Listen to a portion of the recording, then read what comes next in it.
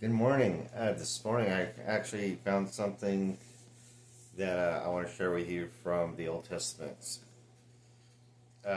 This is in Ezra, and it's chapter 1, and we're going to go verses 1 through 4. Now, in the year of Cyrus, king of Persia, in order to fulfill the word of the Lord by the mouth of Jeremiah, the Lord stirred up the spirit of Cyrus, king of Persia, so that he sent a proclamation throughout all his kingdom, and also put it in writing, saying, Thus says Cyrus, king of Persia, the Lord, the God of heaven, has given me all the kingdoms of the earth, and he has appointed me to build him a house in Jerusalem, which is in Judah.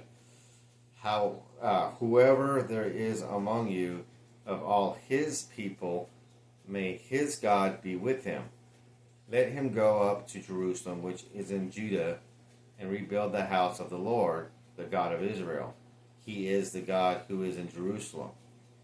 Every survivor at whatever place he may live, let the men of that place support him with silver and gold, with goods and cattle, together with a free will offering for the house of God, which is in Jerusalem. So, the main thing that I take away from this is that God uses everybody, even non-believers, to fulfill His will and His purpose. And a lot of times He'll use non-believers to help out believers in a way that is mystifying. And somebody might ask, well, how do you know that King Cyrus wasn't a believer? Well, because King Cyrus uses the terms like his people, meaning God's people. Because King Cyrus, he believed and worshipped the gods of Persia that they worshipped.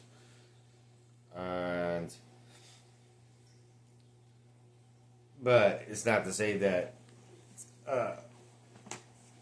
Cyrus didn't believe that God existed. He believed God existed, but he didn't believe that God was the ultimate God, was the only God.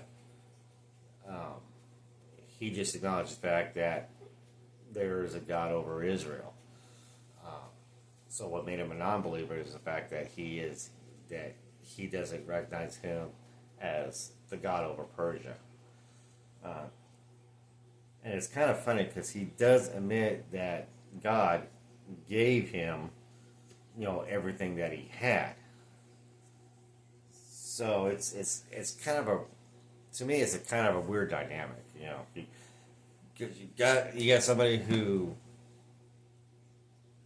believes that God exists, but doesn't believe that God is the creator of all. I guess is what you're saying. Is what I'm saying. What you're saying. Sorry, what I'm saying. But like I say, in the end of it all, this little passage here shows how God uses non-believers to fulfill His purpose and His will. And in this case, this is to fulfill the prophecy of the temple being rebuilt that He gave to Jeremiah. So,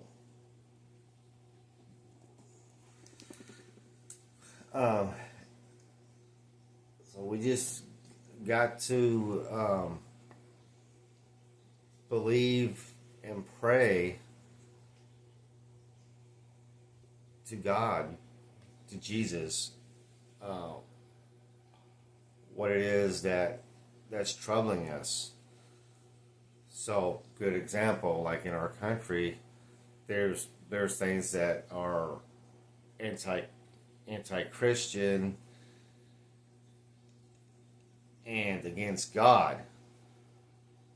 Well, the way that we as Christians can fight that is to keep praying, repenting, and pray some more, because God does listen.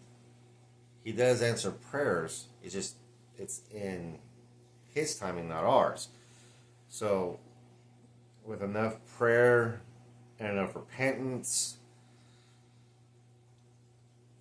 and with enough of us seeking the will of God to better our country, God can stir up the non-believers, the naysayers, the ones who are actually driving and shoving this culture into our face.